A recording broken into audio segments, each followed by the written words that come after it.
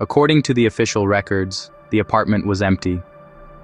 A space between tenants, a line item on a ledger marked vacant. No registered tenant was paying rent or receiving mail. No authorized visitors were logged in the building's system.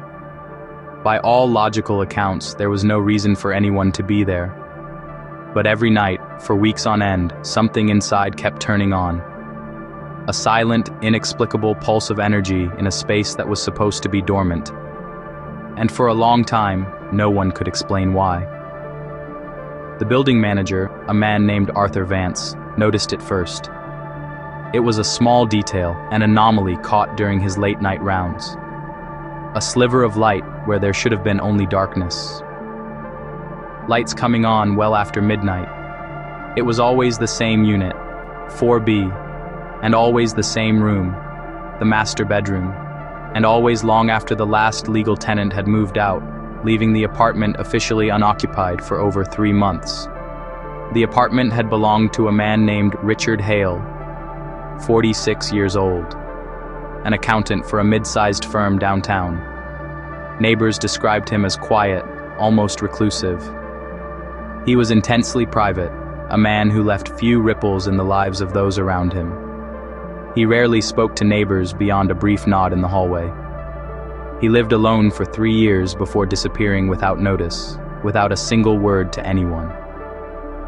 Richard didn't leave a forwarding address with the post office. He didn't notify the landlord or management company about breaking his lease. He didn't tell his employer he was quitting. He simply stopped showing up. One day, he was part of the city's rhythm. The next, he was gone. At first, no one thought much of it. In a city of millions, individuals can vanish into the background noise with surprising ease. People move. They change jobs. They start new lives. People disappear from their routines all the time. It's a common, unremarkable urban phenomenon. The first concrete sign that something was wrong came when the electric usage reports came back from the utility company. Despite being vacant, Richard's apartment was still drawing power. Not just the low, steady hum of a plugged-in refrigerator, but distinct, significant spikes. The consumption wasn't random. It was precise. It was happening on a schedule, as predictable as a train. Every single night at exactly 12:14 a.m., the lights in the bedroom turned on.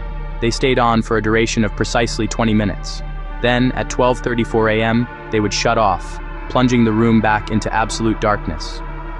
Concerned about a potential squatter or a serious electrical fault, building maintenance entered the unit to investigate. The apartment was utterly empty, not just moved out, but professionally cleaned. There was no furniture, no personal items left behind, no food in the cupboards or the refrigerator, not a single item of clothing in the closets, just bare rooms and clean walls, the nail holes from previous picture frames neatly patched and painted over. The breaker panel showed nothing unusual. All circuits were in good order. An electrician was called in. He found no faulty wiring, no shorts, no signs of amateur modifications. They searched every outlet for hidden timers or remote receivers. They found nothing. There was nothing automated, no smart home technology, nothing that could explain the scheduled activity. Yet the activity continued, a ghost in the machine.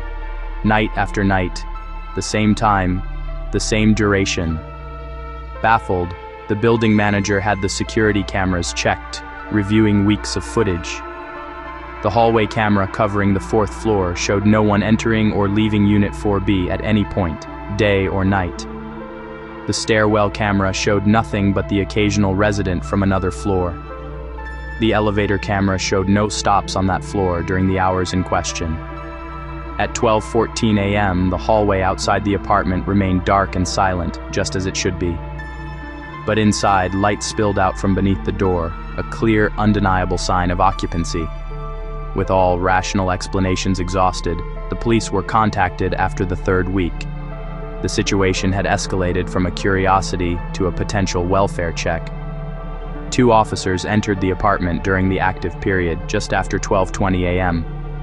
The lights were on, just as expected. The air was unusually warm, holding a residual heat that felt recent. But the rooms were completely, verifiably empty. There was no sound, no movement. Nothing electrical was running, aside from the overhead light itself.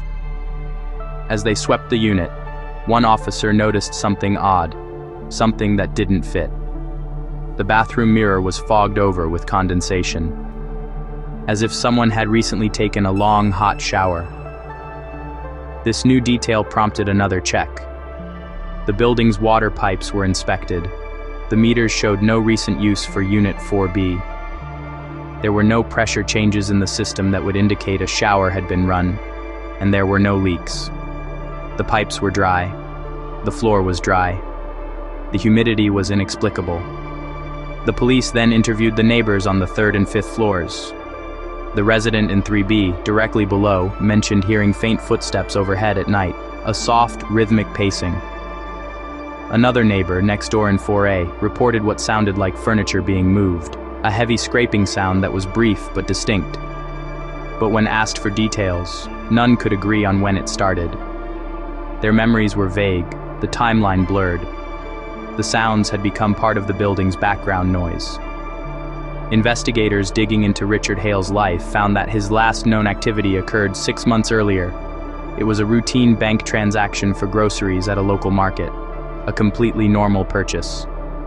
After that date, there was no activity. His bank account was untouched, his credit cards unused, his digital footprint vanished. The investigators then performed a deep dive on the building's digital access logs, looking for any anomaly they might have missed. There was no keycard use associated with Unit 4B since before Richard's disappearance.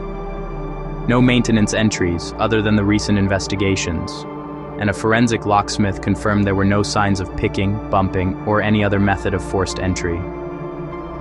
The door was secure. Then, after nearly a month of this nightly ritual, something changed. The utility company's activity log showed new movement, this time during the day. It wasn't the lights anymore. Instead, the meter registered power draws consistent with small kitchen appliances, a microwave, a coffee maker, short bursts of energy, irregular and unpredictable. Maintenance entered the apartment again, this time with a police escort. The apartment was still bare, but this time they found something new, something that hadn't been there before. Handprints. On the inside of the bedroom window, overlooking the street 4 stories below. They were pressed outward, as if someone had been leaning against the glass, looking down. The prints were not impressions in dust. They were fresh. They were smudges of oil and sweat, layered over one another. As if someone had been standing inside for hours, day after day, touching the glass repeatedly. This discovery changed everything. The apartment was immediately sealed as a potential crime scene. All utilities were physically shut off at the source. The locks were changed, with the only key held by the lead detective. And just like that, the activity stopped. The apartment went dark and silent. For 2 nights, there was nothing. The case went cold. On the 3rd night, the motion-activated hallway lights outside the unit turned on instead. Security footage showed the hallway was empty. There was no person, no animal, not even a draft. But the lights flickered on in a clear sequence, one by one, starting at the door of 4B and leading away from the apartment down the hall toward the emergency exit. At this point, police officially classified Richard Hale as a missing person, his disappearance now tied to a series of inexplicable events. The apartment was eventually cleared and handed back to building management. Unsurprisingly, the unit was removed from rotation. It would not be leased again. Months later, during building-wide renovations, workers were tasked with removing a section of drywall in the bedroom of 4B to inspect the insulation. Behind it, hidden from view for years, they found markings, tallies, hundreds of them, scratched deeply and frantically into the wooden framing of the wall. They weren't random. They were all facing the same direction, all pointing toward the bedroom window. No official explanation for the lights, the warmth, the handprints, or the tallies was ever documented. The case file remains open, but inactive. There were no suspects. No further sightings of Richard Hale. No remains were ever found. The building still stands, a normal structure on a normal city street. The unit, 4B, is still vacant. Used for storage now. A dead space on the floor plan. And according to residents who live there now, people who know nothing of Richard Hale, one thing hasn't changed. At night, some apartments still show activity. Lights that turn on and off for no reason. Even when no one is home,